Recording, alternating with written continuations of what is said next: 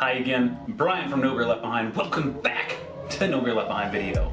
Want to say thank you all for watching the last couple videos. If you like those, I think you're gonna like this one, and I also think you're gonna like our podcast. So be sure to check it out every week over on your favorite podcast app, and like us up on socials at No Beer Left Cast on Twitter, Instagram, and at NBLB Beer on Twitter. So for this week's video, if you haven't already guessed, it is going to be non-alcoholic beer. I did my quarterly reset.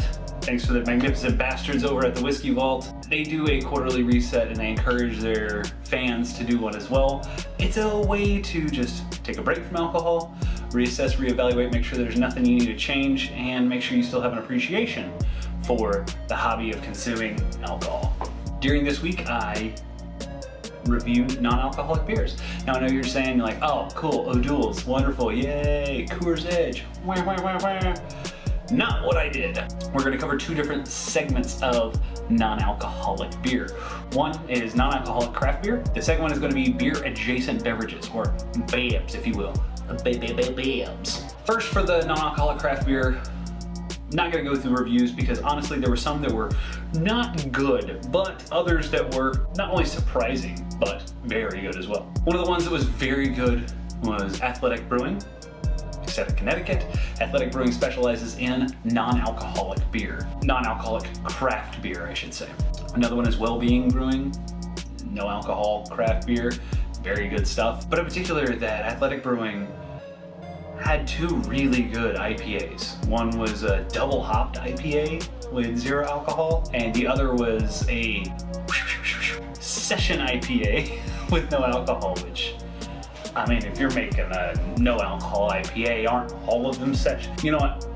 Not for me to decide here. What I will decide is that, you know, I'm open to drinking them again. They're actually really good. Very clean, crisp, refreshing. All those things you look for in a craft beer, they're in these non-alcoholic crafts. I will say the most important thing is to go into opening a new can with the right perspective in mind. So you're not gonna get a big, you know, the resiny finish that you get off a 9% double IPA. It's gonna be tooth scraping, cloying sweetness and dank resin, hot residue. None of that's gonna come across. What you're gonna get is a malty beverage, a little bit of hot bitterness, pretty dry, pretty enjoyable. Now, when you start getting out there and you're trying to find an oatmeal stout with 0% alcohol, I tried a couple, didn't find any that I liked, so I didn't review them. Same goes for a porter. Did find one. There was a red IPA, again. Wasn't my cup of tea. But there were some good ones out there, and I encourage everybody to go out and just give them a shot, especially from breweries who specialize in non-alcoholic beer. Give them a shot. I think they know what they're doing, and I think you would enjoy it. The macro guys, not to kick them while they're down, but if O'Doul's is your thing and that's what you want to do for your reset, go for it. I got taken for some Beck's NA one time when I was in the Dominican Republic. Long story, listen to the podcast, last episode, talked about it. But one of them that really surprises me and surprises everybody that I give, you know, a bottle to is Heineken 0.0. I like Heineken. Heineken 0.0 is a beer brewed without alcohol. Tastes like Heineken, I like it. Second category we want to cover, beer adjacent beverages, BABs. And I know you're saying to yourself, what the hell is Brian talking about? What I'm talking about are beverages like hop water from Lagunitas. It's like LaCroix with freaking hops in it.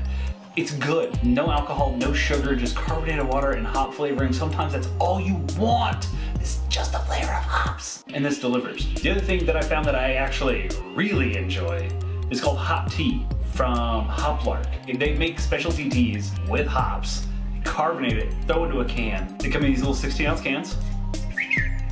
Looking real nice. And so this one is the green tea one. This is green tea made with mosaic hops and then sparkleized. It's carbonated. It's really, really good.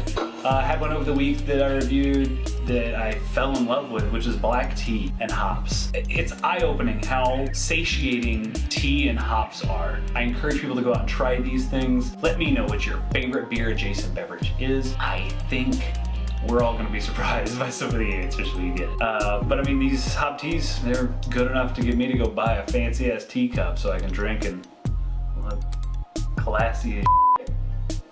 Oh man.